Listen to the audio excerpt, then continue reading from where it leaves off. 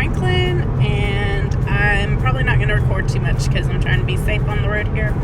But anyway, I will check in with y'all when I get there.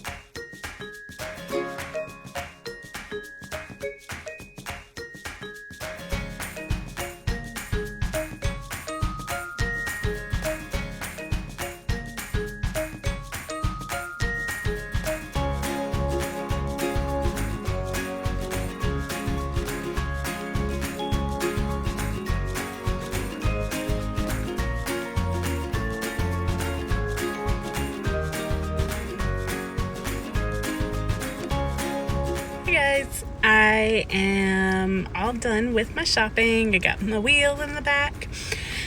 I just had lunch with my Aunt Laura and heading on home. Unfortunately, I didn't get a chance to stop in the Tartan Museum or the Gem and Mineral Museum. I might save those for another trip when we got a little more time because I need to get home to make some dinner tonight. But anyway, that is my day. I'm gonna get home and start playing with my new toy. I will check in with you guys when I get home. Bye.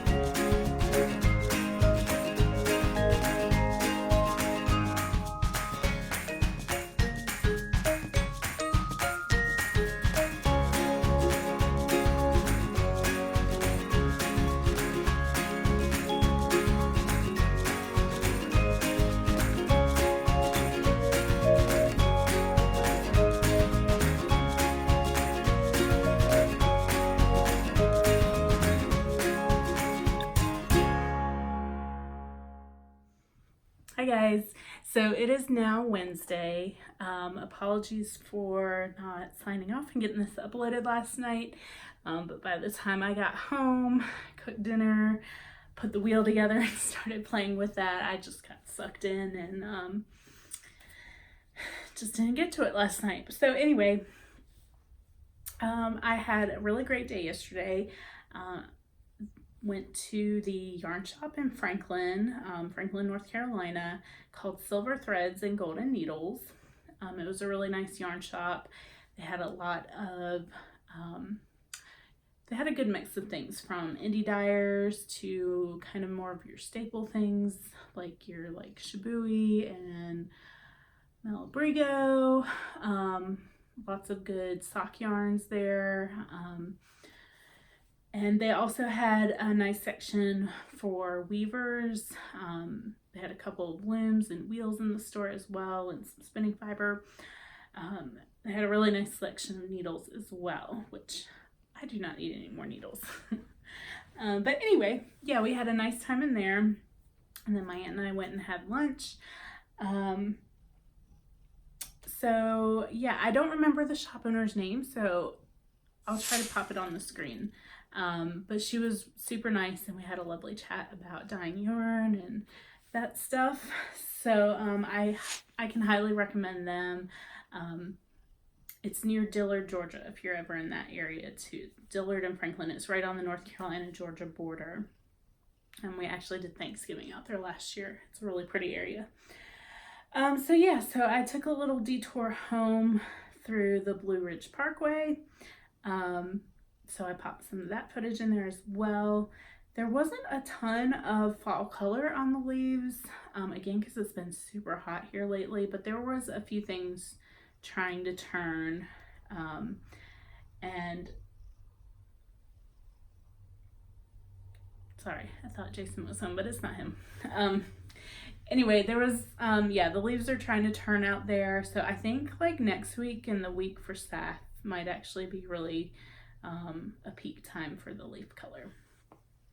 And yeah, it was rainy all day yesterday. I feel like every time I drive up to Asheville, it rains. So it's just a pain to drive through all the like misty, cloudy raininess up there. But anyway, yeah, so I got home, set up my wheel. And the first thing that I started spinning was some of this alpaca fiber that Naomi sent up to me. I'm not sure if it's just like 100% alpaca or what. But the reason I started with that is alpaca is a little bit slipperier, more slippery. So it was a lot easier to pre-draft, and then once I got the hang of it, kind of draft as I was going. So this is sort of the first bobbin that I was playing around with. So it's not that, I mean, this is my very first try, and I'm probably being way too hard on myself, but it is overspun, and